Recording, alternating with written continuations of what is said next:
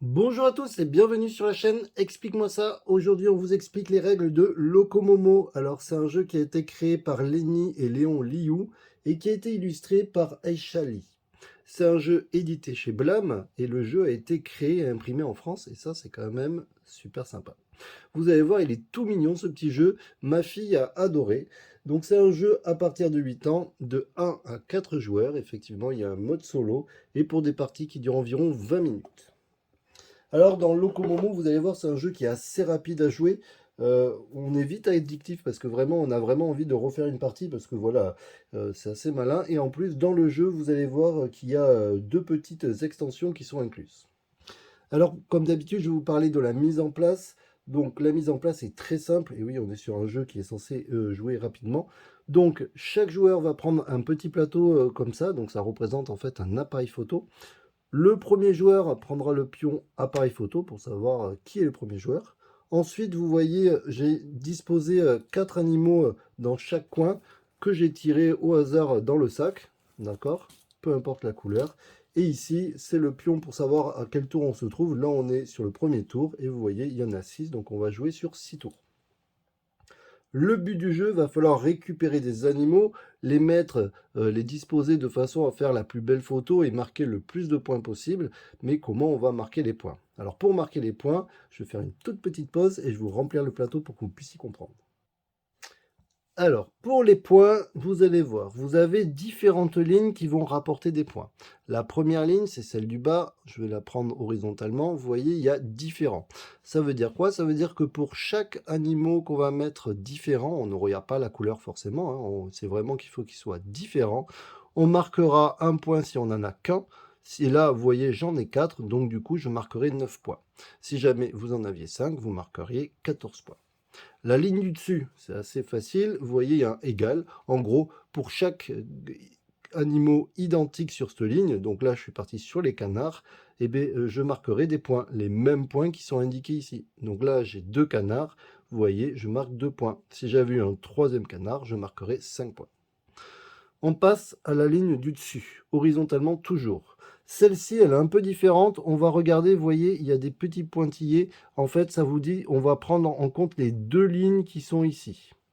Alors, pour prendre les lignes, il y a le signe égal. Ça veut dire quoi? Ça veut dire qu'on va marquer 3 points. Vous voyez, il y a le 3 ici. À chaque fois qu'on aura deux animaux identiques, de haut en bas. Donc là, j'ai 2 chats, je marque 3 points. Là, j'ai un aigle et un lapin, donc je ne marque pas de points. Et là, vous voyez, j'ai 2 ours. Donc là, je vais aussi marquer 3 points. Ensuite, on regarde la dernière ligne. La dernière ligne, il y a écrit égal aux cases du bas. Vous voyez, il y a une petite flèche. Ça veut dire quoi? Ça veut dire qu'on va regarder si l'animal qu'on a mis ici est identique aux deux autres en dessous. Alors là, le lapin n'est pas identique au chat, du coup, je ne marque pas 4 points. Par contre, vous voyez ici, j'ai mis un ours qui est identique aux deux autres ours, donc du coup, je marque 4 points. Ensuite, on va pouvoir marquer des points, mais vous voyez, c'est presque la fin. Ici, il y a écrit RGB. Tout est écrit sur le plateau et c'est vraiment ça qui est intéressant. RGB plus 5, ça veut dire quoi? Ça veut dire que dès que j'arriverai à faire une ligne ou une colonne de la même couleur, je marquerai 5 points de plus. Là, vous voyez, j'ai fait une colonne de couleur verte, donc du coup, je marque 5 points. Et là, j'ai réussi à faire une ligne verte, donc du coup, je marque 5 points. Si la ligne avait été marron, c'est pareil, hein, je marquais 5 points, c'est peu importe la couleur, ou bleu, ainsi de suite. Il faut vraiment que ça soit d'une couleur. Donc là, vous voyez, grâce aux lignes et aux colonnes, j'ai marqué 5 points. Maintenant, vous allez me dire, mais ok, mais comment on va récupérer des animaux, comment on va les placer, ainsi de suite. Alors là, je ressors le plateau vide pour vous montrer. Alors, pour les animaux, vous avez ici des dessins. C'est assez important et du coup, c'est grâce à ça que vous allez comprendre. Le chat, il y a marqué que le chat, il se déplace dans le sens inverse des aiguilles d'une montre. Le chat va se déplacer que d'une case dans le sens inverse des aiguilles d'une montre. Si je prends ce chat, vous voyez, il va aller ici. Celui-ci va aller vers le haut et ainsi de suite. Donc si je prends ce chat, il va là-haut.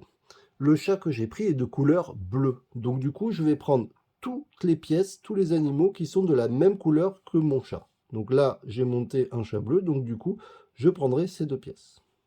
Si je prends celui-ci, je le décale ici, vous voyez, dans le sens inverse des aiguilles d'une montre. Du coup, vous voyez, je récupère les 2 chats et je récupère l'ours. Ensuite, on a les lapins. Les lapins, c'est facile, c'est l'opposé des chats. En gros, c'est dans le sens des aiguilles d'une montre. Si je prends ce lapin-là, il va ici. Et là, je prends tous les pions de la même couleur que mon lapin, c'est-à-dire aucun. Donc du coup, je prendrai que mon lapin. Ici, il y a un lapin dans le sens des aiguilles d'une montre. Vous avez compris, je prendrai ces 2 lapins plus l'aigle, puisqu'ils sont de la même couleur. Nous avons les ours. Alors les ours, c'est encore plus simple. Les ours, ils ne bougent pas. C'est-à-dire que si je prends cet ours, je prends le chat de la même couleur que l'ours. Ici, je prendrai donc le lapin. Et nous avons les aigles. Les aigles, c'est facile. Et eux, ils volent en diagonale. Donc du coup, ils se déplacent en diagonale.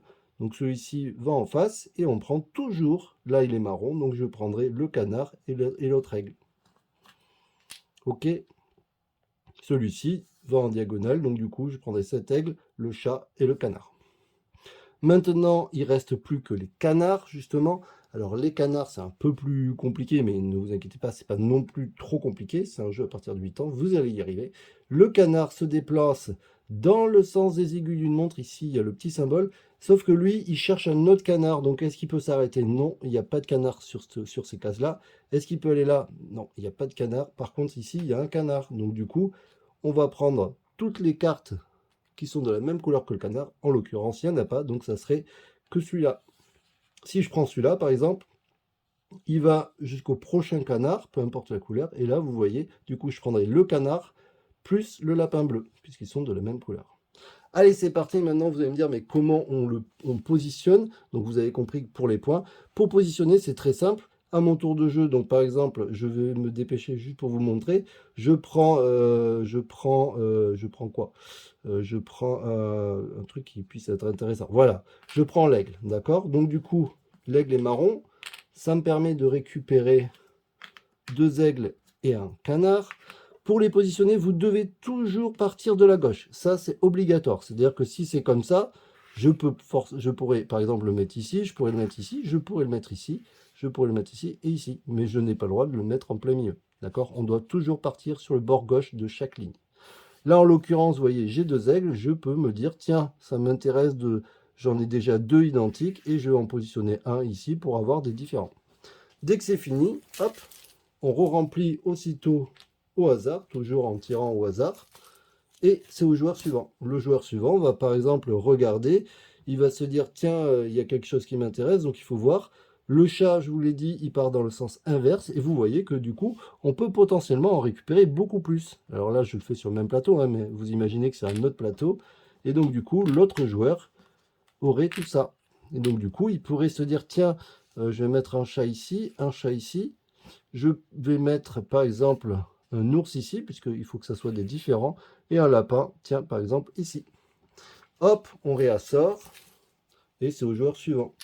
Alors attention, suivant le nombre de joueurs, n'oubliez pas d'avancer ici à chaque fois que ça revient au premier joueur pour compter le nombre de tours. Arrivé à 6, ce qu'on fera, c'est qu'on comptera les points.